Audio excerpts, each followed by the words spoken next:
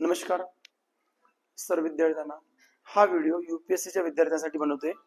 यूपीएससीला back मध्ये म्हणजे 2000 पासून आलेले प्रश्न त्यांचे काही आपण डिस्कशन करणार आहोत. काही प्रश्न असे महत्त्वाचे प्रश्न आहेत, साधे प्रश्न आहेत. So door close. हा, तर ते प्रश्न कुठले आहेत? तर पहिला प्रश्न ओके, त्यामध्ये इंग्लिश मध्ये आहे. ओके, ऑडिओ इंग्लिश मध्ये आहे, ते मराठीत तुम्हाला मी सांगेन. एक क्वेश्चन आहे दिलेला, the national motor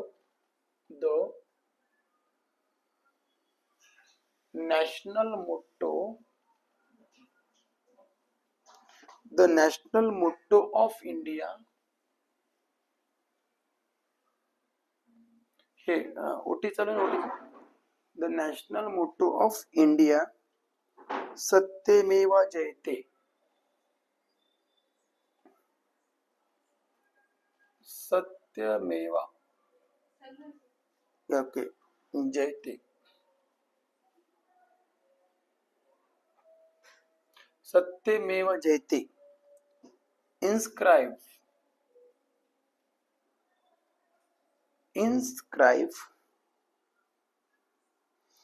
below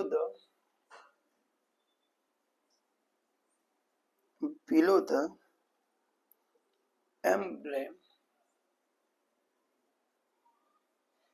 emblem of India is taken from.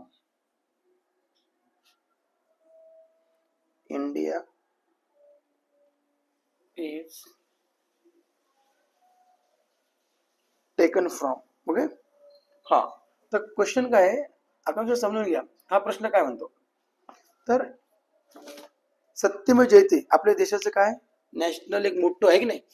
सत्यमेव जयते आपल्या देशाचा नॅशनल मोटो आहे की नाही. देखो, तर हे नॅशनल मोटो आपण कुठल्या ग्रंथामधून घेतलेला आहे, म्हणजे हा जो याचं मेन ओरिजिन कुठून घेतलं आपण, तर हे the national motto of India Satyameva Jayate. सगळीकडे बघा, अशोक स्तंभावरती पण सत्यमेव जयते आहे की नाही. सम्राट अशोकाच्या काळात तर बरंच पसरलं होतं आणि तेच आपण आता एक मोठं म्हणून ऍक्सेप्ट केलं. ते कशामध्ये नेमकं घेतलं, तर हे घेतलं दिग्विजय उपनिषद मधून घेतलं. कशामधून घेतलं बेटा? उपनिषद. ओके, उपनिषद. ओके, उपनिषद किती होते आपले? वेद किती आहेत? 4 वेद होते.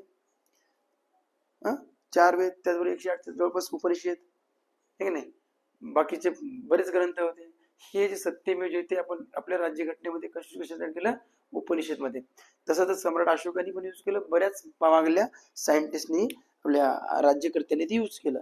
पण आपल्या राज्यघटनेमध्ये सुद्धा डॉक्टर बाबासाहेब आंबेडकरांनी ऍक्सेप्ट केलं. The national motto of India Satyameva Jayate inscribed below the emblem India taken bye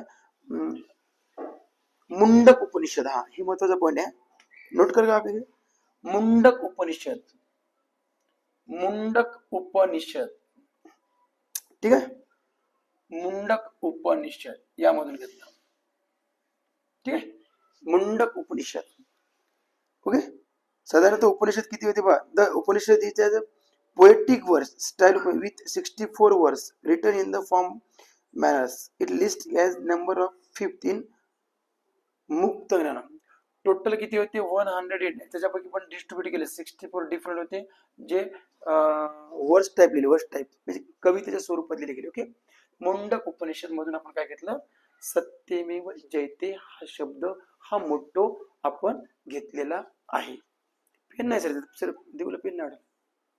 हा, ओके, तर हे कुठून घेतलं? मुंडक उपनिषद. कळालं का? आता सांग, सत्यमेव जयते कुठून घेतलं? मुंडक उपनिषद.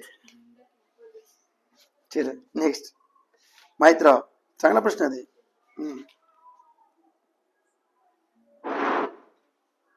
मुंडक Upanishad. Mundaka. The national motto of India Satyameva Jayate inscribe below the emblem of India is taken from Mundaka Upanishad. लिहिलं का भाई? हा, दोघं पण लिहा, ठीक आहे. मुंडक उपनिषद. हा, कुठून घेतलं? मुंडक उपनिषद. किती सुंदर प्रश्न आहे. सत्यमेव जयते हा शब्द कुठून घेतला आपण? मुंडक उपनिषद मधून घेतला. लक्षात घ्या, किती सुंदर क्वेश्चन आहे. हा क्वेश्चन यूपीएससी ला आलेला आहे, ठीक आहे. एक्स्ट्रा स्टॉप करायचं लिहिते क्वेश्चन लेंथी होती स्टॉप.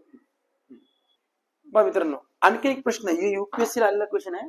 ओके, तर कन्सेप्ट ऑफ अनुवृत्ता म्हणजे अनुवृत्ता कन्सेप्ट कुठल्या धर्माने ऍक्सेप्ट केली आहे, म्हणजे कुठल्या धर्मामध्ये प्रेझेंट आहे. अनुवृत्ता ही कन्सेप्ट, अनुवृत्ता ही संकल्पना कुठल्या धर्मात रिलेटेड आहे. इथं पर्याय 4 आहे तुमच्याकडे, एक बुद्धिझम आहे, जैनिझम आहे, सिखिझम आहे आणि अनाब्दिझम. तर करेक्ट ऑप्शन मित्रांनो काय माहितीये का, जैनिझम आहे. कोणता आहे करेक्ट ऑप्शन, कुठला आहे, जैनिझम आहे. ओके, अनुवृत्त ही संकल्पना कोणी ऍक्सेप्ट केली आहे, जैन धर्माने केली. ओके, जैन धर्म खूप कट्टर कन्सेप्ट आहे अनुवृत्तीची. हा प्रश्न युपीएससी ला आहे जैन धर्माबद्दल. अनुवृत्त, अनुवृत्त संकल्पना कशा संबंधी आहे, प्लीज क्लोज. अनुवृत्त कन्सेप्ट कशा संबंधी आहे तर का Jainism. The Sarabandi no tax campaign of 1922 was led by. Sarabandi कन्सल जे नेतृत्व कोणी केलं याच्यापैकी, तर हे युपीएससी आलेला क्वेश्चन आहे. प्री पेपर बघतो युपीएससीचे, त्यामधला आलेला प्रश्न आहे. साराबंदी चळवळ केली होती, त्यामध्ये 1922 मध्ये त्याचं नेतृत्व कोणी केलं, हा असा प्रश्न आहे. नेतृत्व कोणी केलं, इथं पर्याय काय, भगतसिंग आहे, राजगुरू आहे, चित्तरंजन दास आहे, सरदार वल्लभभाई पटेल आहेत. तर करेक्ट आन्सर बेटांनो सरदार वल्लभभाई पटेल या व्यक्तीने काय केलं, ऑब्विसली साराबंदी म्हणजे नो टॅक्स कॅम्पेन 1922 मध्ये नेतृत्व केलं. त्यानंतर तुम्हाला माहिती आहे सरदार वल्लभभाई पटेल आपल्या देशाचे पहिले गृहमंत्री सुद्धा बनले. 17 सप्टेंबर येत आहे, 17 सप्टेंबरला म्हणजेच निजामाचं राज्य खतम करून, खालसा करून आपल्या हैदराबाद संस्थानाला भारतामध्ये विलीन करण्याचं काम, सुद्धा करण्याचं काम कोण केलं, या सरदार वल्लभभाई पटेल. त्याचबरोबर सरदार वल्लभभाई पटेलने भारतातले साधारणतः 500 संस्थान, त्यामध्ये जम्मू काश्मीर सुद्धा, हे सगळे संस्थान भारतामध्ये विलीन करण्याचं महत्वाचं कार्य केलं. म्हणून त्यांना पोलादी पुरुष, लोह पुरुष म्हणून संबोधले जाते. भारताचे पहिले गृहमंत्री यांची म्हणजे मेन काम 1922 मध्ये त्यांनी नो टॅक्स म्हणजे साराबंदी कॅम्पेनचं नेतृत्व केलं होतं. म्हणून युपीएसचा प्रश्न आहे, कुठल्या एक्झाम लिहू शकतो, तुम्ही लक्ष ठेवणं मस्ट आहे. Okay, next.